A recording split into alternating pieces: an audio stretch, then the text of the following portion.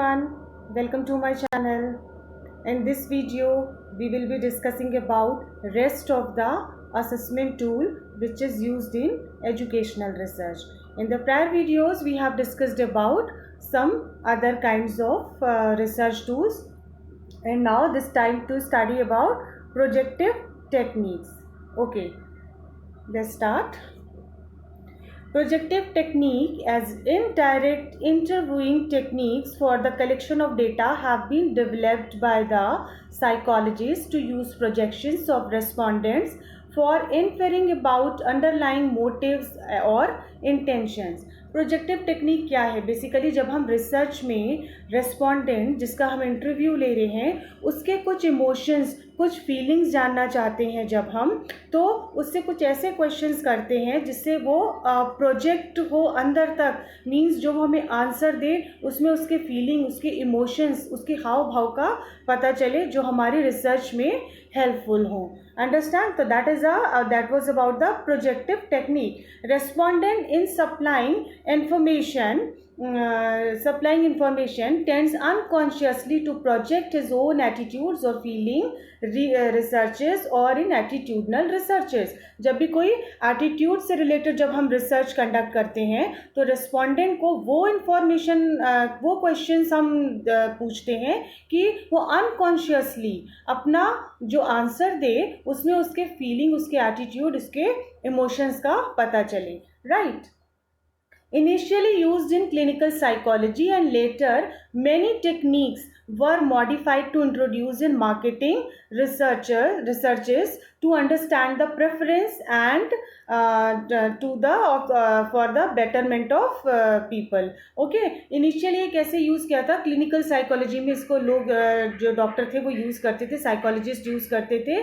फिर उसके बाद इसी टेक्निक्स को और मॉडिफाई किया गया और ज़्यादा बेटर अंडरस्टैंडिंग के लिए और ज़्यादा इंफॉर्मेशन लेने के लिए रेस्पोंडेंट से, और जो क्या कहते हैं, जो हमारे रिसर्च में हेल्पफुल हो सके उनके इमोशंस को और ज़्यादा बेटर समझने के लिए. Right. Now here is the pictorial. मैंने आपको ये कुछ ग्राफ्स के थ्रू समझाया है. These are the important projection methods. Projective techniques है उसके क्या डिफरेंट मेथड्स हो सकते हैं. ओके, जैसे यहाँ पे आप स्क्रीन पे देखिए.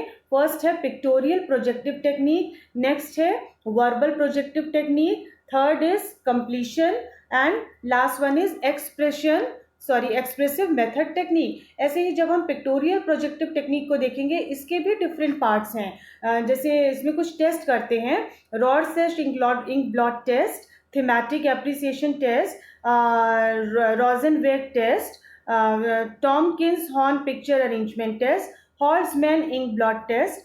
नेक्स्ट आएगा उसके बाद वर्बल प्रोजेक्टिव टेक्निक में हम डिस्कस करेंगे कैसे इसका प्रोजेक्टिव टेक्निक में क्या यूज़ करेंगे, word association method. Completion technique में हम सेंटेंस कंप्लीशन यूज़ करेंगे एंड एक्सप्रेसिव मेथड टेक्निक में हम यूज़ करेंगे different kinds of techniques like drawing, painting, role playing या फिर प्ले टेक्निक, जिसके भी थ्रू हम जो है रेस्पोंडेंट से उसकी फीलिंग और उसके इमोशंस को जो है एक्यूरेट पता लगा सकें. Now we will start with word association test. Okay, projective technique में सबसे पहले हम यहाँ पर डिस्कस करेंगे word association test. Word association test क्या है? An individual is given a clue और hint and asked to respond to first thing that comes to mind. इसमें क्या होता है, इंडिविजुअल को हम कोई ऐसा फर्स्ट वर्ड या कोई क्लू ऐसा देते हैं और फिर हम देखते हैं कि जो भी फर्स्ट वर्ड या थिंग उस क्लू को देखते ही उसके मन में सबसे पहले आई और वो क्या बोलता है उस वर्ड को और उस क्लू को देखते ही जो रिसर्चर ने रिस्पोंडेंट को प्रोवाइड की होती है. Understand? The association can take the shape of a picture और अ वर्ड. इसमें कुछ भी हो सकता है. जो हिंट या क्लू हो सकता है वो या तो कोई पिक्चर हो सकती है या कोई वर्ड दे देते हैं हम उसको, जिसको देखते ही कि फर्स्ट वर्ड क्या, पहली चीज़ उसके माइंड में स्ट्राइक करी, क्या वो वर्ड, क्या उसने मतलब कैसे अपने आप को सबसे पहले एक्सप्रेस किया. Understand? Now a list of word is given and you don't know in which they are most interested. या फिर अगर हम कोई वर्ड या पिक्चर के अलावा हम उसको कुछ मान लीजिए 5 to 10 वर्ड्स की लिस्ट दे देते हैं और हम देखते हैं कि जैसे सपोज करिए वो वर्ड जो है वो लिस्ट जो है वो ऐसे मान लीजिए इसमें पहला वर्ड लव है, हेट है, एनिमी है, कुछ भी, तो हम ये देखते हैं कि उसमें उसने उस पर्टिकुलर लिस्ट में से किस वर्ड को सबसे पहले पिक किया और उससे रिलेटेड को रिलेट करके उसने क्या बोला, क्या उसके माइंड में सबसे पहले क्या स्ट्राइक करा उस पर्टिकुलर वर्ड्स को देखकर. Understand? The interviewer records the response which reveal the inner feeling of respondents. और उसी टाइम जो है इंटरव्यूअर जो है रिस्पोंडेंट के रिस्पॉन्स को जो है वो रिवील जो कर रहा होता है, उसमें जो बोल रहा होता है उस वर्ड से रिलेटेड कुछ भी, उसको वो उस फीलिंग को वो रिकॉर्ड करता जाता है. फिर the frequency with which any word is given a response and the amount of time that elapses before the response is given are important for researcher. और रिसर्चर किसको इम्पॉर्टेंट देता है, वो देखता है किस वर्ड को उसने सबसे पहले कैच किया, क्या फ्रीक्वेंसी थी किसी वर्ड को पर सबसे पहले जाके वो स्टिक हुआ, क्या रिस्पॉन्स आया, या फिर उस वर्ड को देख के ही जो कितना अमाउंट ऑफ टाइम, कितना टाइम उसको लगा उस वर्ड को देखते ही रिस्पॉन्स करने में, अपना रिएक्शन देने में. अंडरस्टैंड? तो this was about the word association technique. Next is completion test. Here respondents are asked to complete an incomplete sentence or story. यहाँ पे respondents को क्या किया जाता है, एक इनकम्प्लीट सेंटेंस के साथ, जैसे आपने देखा होगा कि जब भी हम किसी स्टूडेंट्स को एग्जाम में आता है ना, complete the story in 100 to 200 words, तो हम कुछ वर्ड्स लिख देते हैं इनिशिएटिंग और डैश डैश करके, फिर कुछ वर्ड्स लिख देते हैं, कुछ सेंटेंस इनकम्प्लीट छोड़ देते हैं और स्टूडेंट्स को स्टोरी को कंप्लीट करना होता है. ऐसे यहाँ पे रिस्पॉन्डेंट्स को भी हम जब उसके कुछ इनर फीलिंग्स को, इनेट कैरेक्टरिस्टिक्स को जानना चाहते हैं तो कुछ इनकम्प्लीट सेंटेंस दे देते हैं और उसको बोलते हैं कि now you have to complete the story, जिसके थ्रू वो अपना एटीट्यूड, जो भी उसकी स्टेट ऑफ माइंड उस समय है, उन स्टोरी के जो वर्ड्स हैं उससे कोरिलेट करके कैसे खुद को रिफ्लेक्ट करता है. Got that? Next is construction test. Here initial structure is limited and got detailed like completion test. ये भी ऑलमोस्ट जो है completion test की तरह ही कंप्लीट करना होता है, लेकिन इसमें क्या होता है, तो initial structure of the story है वो लिमिटेड होता है. ऐसी भी आपने देखा होगा 9th-10th में आती है जब स्टोरी कंप्लीट करने के लिए, तो बस खाली हम जो है वहाँ पे वन लाइन लिख के दे देते हैं कि that Raju is going to the forest and then he came to dash dash dash. उसके बाद जो है आपको उस स्टोरी को कंप्लीट करना होता है. Here given a picture and asked to write a story about it. और उसमें जो है नीचे एक पिक्चर दी होती है जिसे देखकर रिस्पोंडेंट को आइडिया लगाना होता है कि नाउ अब वो अपनी स्टोरी को कैसे आगे फर्दर जो है उससे रिलेटेड कैसे अपने इमोशंस या जो भी फीलिंग स्टेट ऑफ माइंड है वो कैसे एक्सप्रेस कर सकता है. Example 2 or 3 cartoons are given and a dialogue is to create. या फिर इसमें ऐसे किया, कोई भी 2 या 3 कार्टून कैरेक्टर उसको प्रोवाइड किए जाते हैं और कहा जाता है कि इन दोनों को देखकर इनके बीच के में कुछ डायलॉग क्रिएट करिए, है ना. जो भी उसकी जो क्रिएटिविटी होगी वो यहाँ पे शो होती है. Right? I think it is clear. Next is expression technique. It's very simple. People are asked to express the feeling or attitude of other people. जिन लोगों से भी वो मिला होता है उनके बारे में उसकी क्या एटीट्यूड है, क्या फीलिंग्स है, क्या वो सोचता है, ये एक्सप्रेशन टेक्निक्स के थ्रू जो है वो एक्सप्रेस करता है और रिसर्चर को हेल्प होती है. Next and very important part of this technique is pictorial projection technique. इसमें देखिए different kinds of techniques we will discuss. First one is thematic apperception test, जिसको टैट भी बोलते हैं.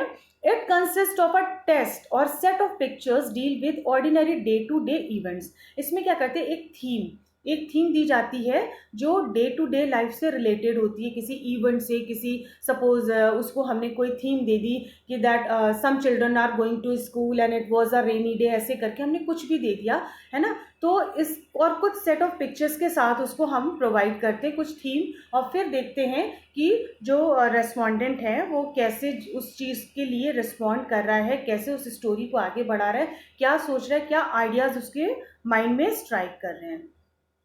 Next is Rosen-Drake test. It is very important part. This test uses a cartoon format where in a series of cartoons with inserted in balloons above. इसमें आपने देखा होगा जैसे जब भी हम कोई न्यूज़पेपर वगैरह पढ़ते हैं तो उसमें कुछ कार्टून्स बने होते हैं और उसके ऊपर बैलून्स कुछ खाली स्पेस बना होता है जिसमें उस कैरेक्टर से रिलेटेड जो है डायलॉग्स लिखे होते हैं और ऐसे दिखाया जाता है ना कि what that character is thinking about, what he is saying about that. तो ऐसे ही उसमें जो है कार्टून बनाकर उसके ऊपर कुछ बैलून्स बनाकर उसमें खाली स्पेस छोड़ दी जाती है. The respondent is asked to put his own words in an empty balloons space provided for the purpose in the picture. अब रिस्पोंडेंट को ये कहा जाता है कि जो भी ये बैलून में एम्प्टी स्पेस है इसमें जो भी पिक्चर बनी हुई, जो भी कार्टून बना हुआ है उससे रिलेटेड आप कुछ लिखो, कुछ सोचो. आपको उस कार्टून को देखकर क्या लगता है कि ये किस चीज़ से रिलेटेड है, क्या कहना चाहता है. तो आपको अपने वर्ड्स, अपने सेंटेंस वहाँ पे फिल करने होते हैं. That is about the Rosenberg test.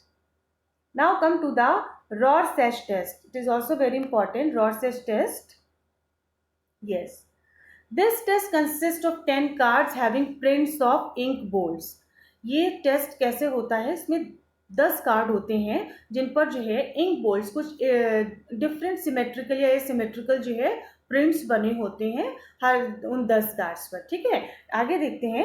The design helps two symmetrical. जो डिज़ाइन होती है वो सिमेट्रिकल होती है बट मीनिंगलेस, लेकिन उसका कुछ मीनिंग नहीं निकलता है. उसको देखकर आपको जो रेस्पोंडेंट है उससे ये आइडिया लगाना होता है कि ये क्या शो कर रहा है. भाई कोई किसी कार्टून की पिक्चर है, किसी एनिमल की, या कोई फ्रूट लग रहा है या कोई ड्रैगन लग रहा है ना. किस चीज़ से की ये पिक्चर है. ब्लर तो नहीं कह सकते बट ये एक इंक ब्लॉट टाइप से फैली हुई इंक की तरह से कुछ आपको सिमेट्रिकल बट मीनिंगलेस जो है वो इमेजेस दिखाई जाती हैं. The respondents are asked to describe what they can identify such symmetrical ink blots. अब उसमें रिस्पोंडेंट से पूछा जाता है कि इन इंक बोल्ट्स को देखकर आप डिस्क्राइब करो, आपको क्या लगता है. क्या ये किसी बैट की पिक्चर है, किसी एनिमल की है, कोई बर्ड नज़र आ रही है आपको, या फिर कोई ऐसा लग रहा है कोई फेस्टिवल से रिलेटेड है, क्या है. That the respondent has to describe. The responses are interpreted on the basis of some predetermined psychological framework. अब जो भी रिस्पोंडेंट के मन में उस इमेज को देखकर, इंक ब्लॉट्स को देखकर जो भी साइकोलॉजिकली उसके मन में जो कुछ फ्रेम एक बन रहा होता है उस, और फिर वो जो अपने इमोशंस, अपनी फीलिंग्स को बताता है, रिस्पॉन्स देता है, रिएक्ट करता है, उसको जो है रिसर्चर नोट करता है एज अ क्या कहते हैं जो डेटा कलेक्शन के फॉर्म में. अंडरस्टैंड. ये देखिए, ये इस तरीके से कुछ सिमेट्रिकल इंक ब्लॉट्स होते हैं. किसी को ये बैट लगेगा, किसी को मे बी कुछ कोई ड्रैगन या ट्रांसफॉर्मर टाइप की इमेज लगेगी, जो भी उसके माइंड में आएगा और वो उसके रिगार्डिंग जो है वो इस इमेजेस को डिस्क्राइब करेगा. Next is Holtzman ink blot test, जिसको HII से भी डिनोट करते हैं. ये क्या है? This is a modification of Rorschach test. ये उसी का मॉडिफिकेशन है. उसमें हम 10 इंक ब्लॉट कार्ड्स लेते थे, याद रखिएगा.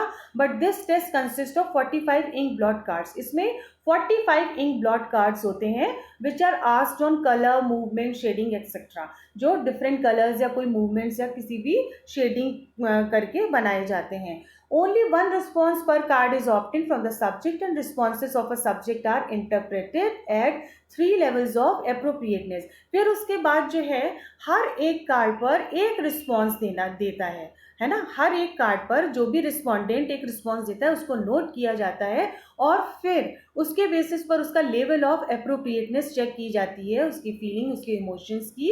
अंडरस्टैंड. अब जैसे सपोज नेक्स्ट पॉइंट में देखिएगा, फॉर एक्यूरेसी, अगर एक्यूरेट लग रहा है हमको रिसर्चर को उसका रिएक्शन रिस्पॉन्स, तो हम F से उसको डिनोट करेंगे. अगर इनएक्यूरेसी आ रही है तो F माइनस से उसको डिनोट करेंगे. Of responded shading colour for ascertaining his affectional and emotional needs. जो भी उसका उन कार्ड्स को देखकर अफेक्शन हुआ और जो भी उसकी इमोशनल नीड्स उस रिएक्शन में दिख रही है, उस रिस्पॉन्स में दिख रही है, उसके अकॉर्डिंग हम अप्रोप्रिएटनेस लेवल पर उसको, उसकी एक्यूरेसी या इनएक्यूरेसी को हम चेक करते हैं.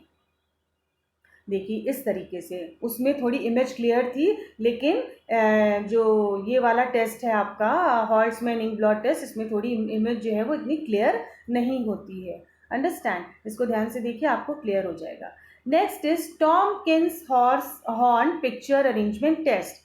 This test is designed for group administration. ये जो है किसके लिए डिज़ाइन किया गया है, जब हम किसी ग्रुप में जो है किसी ग्रुप पे पर्टिकुलर रिसर्च कर रहे होते हैं। ओके, इसमें कैसे पिक्चर को अरेंज करके जो है फिर उसके बेसिस पर रिजल्ट निकाला जाता है। इसमें क्या है, कंसिस्ट ऑफ 25 प्लेट्स, 25 प्लेट्स बनी होती हैं। अभी हमने जैसे इंक ब्लड टेस्ट देखे थे, इसमें 25 प्लेट्स होती हैं। Each contain 3 sketches that may arrange in different ways to portray sequence of events. और जो क्या 3 स्केचेस, हर प्लेट जो होती है वो 3 स्केचेस जो है वो कंटेन करती है, और उनको जो है डिफरेंट वेज में पोर्ट्रे किया जाता है, अरेंज किया जाता है, किसी इवेंट से रिलेटेड हो सकती हैं वो। The respondents are asked to arrange in sequence which he considers as a reasonable. और फिर रिस्पॉन्डेंट्स को उन प्लेट्स को एक सीक्वेंस में अरेंज करने के लिए कहा जाता है कि वो क्या उसको कैसे कंसीडर कर रहा है, क्या रीज़न उसको लगा कि जो उसने उसको इस ऑर्डर में अरेंज किया था। अंडरस्टैंड? नाउ देखिए, ये ऐसे 5 प्लेट्स होती हैं ये इस तरीके से, और हर प्लेट्स कंटेन करती है 3 कंटेंट। ओके, ये मेरे पास कुछ इमेजेस थी जो मैं आपको शो कर रही हूँ। हॉल्ट्जमैन, yes, sorry, Tompkins Horn Pictures Arrangement Test. Okay, now let's move to the play techniques. It is very interesting and very easy. Subjects are asked to improvise or act out a situation. इसमें subjects means जो respondent होते हैं उन्हें कुछ improvise करने के लिए कहा जाता है, या फिर कोई situation दी जाती है जिस पर वो act करें, कोई उन्हें एक role play करने को दे दिया जाता है। In which they have been assigned various roles, जिसमें उनको कुछ रोल असाइन किए जाते हैं, और फिर देखा जाता है कि वो उस रोल से कितना खुद को अटैच करता है, कितना को रिलेट करता है, और क्या उस समय उसके इमोशंस, स्टेट ऑफ फीलिंग जो आ रही है वो रिसर्चर उसको नोट करता जाता है। नेक्स्ट है, the researcher may observe such traits as hostility, dominance, sympathy etcetera use for knowing the attitudes of younger ones through manipulation of dolls. अगर किसी, मान लीजिए चिल्ड्रन पर रिसर्च कर रहे हैं, किसी कोई बच्चे हैं हमारा उस रिसर्च में, तो उनके कुछ ट्रेड्स को देखने के लिए, क्योंकि वो छोटे बच्चे होते हैं, उनके एटीट्यूड्स को जानने के लिए क्या किया जाता है, रिसर्चर जो है कुछ उन्हें मैनिपुलेट, उनके आइडियाज़ को मैनिपुलेट करने के लिए उनको कुछ डॉल्स प्रोवाइड की जाती हैं। डॉल्स से खेलेंगे तब उनकी स्टेट्स ऑफ इमोशन, उनकी फीलिंग, कैसे वो डॉल्स के साथ खेल रहे हैं, ये सारी चीज़ें रिसर्चर जो है उनके रिस्पॉन्स के थ्रू नोट करता है। इसको आगे समझते हैं। Dolls representing different racial groups are given to respondents who are played with them freely. और उन बच्चों से कहा जाता है कि उनको जो डॉल्स है वो डिफरेंट रेशियल ग्रुप्स की हो सकती हैं, डिफरेंट तरह की, डिफरेंट जो है लगे कि किसी रेस से बिलोंग करती हैं, कोई कैसी होगी देखने में, कोई काली होगी, गोरी होगी, वट एवर जो भी है, और फिर उनको उससे कहा जाता है इसको साथ खेलो, उन्हें फ्री छोड़ दिया जाता है। The manner in which they organise dolls would indicate their attitude, also known as doll play test. और जिस मैनर में वो डॉल के साथ खेलते हैं वहाँ पे हम उसके एटीट्यूड को, जो रिसर्चर है उसके एटीट्यूड को जो है वो नोट करता है। कैसे, अब मान लीजिए गर्ल्स हैं उन हमारे रिस्पॉन्डेंट्स में, और वो डॉल से खेल रही हैं, तो वो गुड्डा गुड़िया खेल सकती हैं, या फिर ऐसे दिखाएंगे कि हम डॉल की शादी कर रहे हैं, या डॉल जो है वो हाउस वाइफ है। कुछ बच्चे जो हैं, कुछ गर्ल्स जो हैं वो अपने डॉल्स को कुछ प्रोफेशनली तैयार करेंगी, मे बी उसे डॉक्टर बनाएंगी, या जो है आईएएस बनाएंगी, जो भी वो अपने खेल में शो करेंगी डॉल के साथ अपने इमोशंस को, और उनसे the way they will talk, जिस तरह से वो उन डॉल्स के साथ खेलेंगी, किस लैंग्वेज में बात कर रही हैं, कैसे मतलब रिएक्ट कर रही हैं, कितना एंजॉय कर रही हैं, तो ये सारे जो एटीट्यूड्स हैं जो डॉल प्ले टेस्ट के थ्रू, अगर हमारे जो रेस्पॉन्डेंट्स हैं वो एक छोटे बच्चे हैं, तो उसके थ्रू हम उनके एटीट्यूड्स को नोट कर सकते हैं। ठीक है, I think students it is clear to you all. ये आपका जो ये लास्ट में जो ये पिक्चर मैं आपको शो कर रही हूँ, ये वर्ड एसोसिएशन या जो आपका स्टोरी कंप्लीशन वाला था, यस स्टोरी कंप्लीशन वाला था, उससे ये मैंने कोरिलेट करके एक ये आपको स्लाइड दिखा रही हूँ, है ना। कोई इमेज दे दी है, 2 पर्सन्स आर टॉकिंग और उसके पीछे एक क्राउड है, तो इसको देख के जो है रेस्पॉन्डेंट को अपना एटीट्यूड, अपना रिएक्शन, अपना रिस्पॉन्स देना होता है।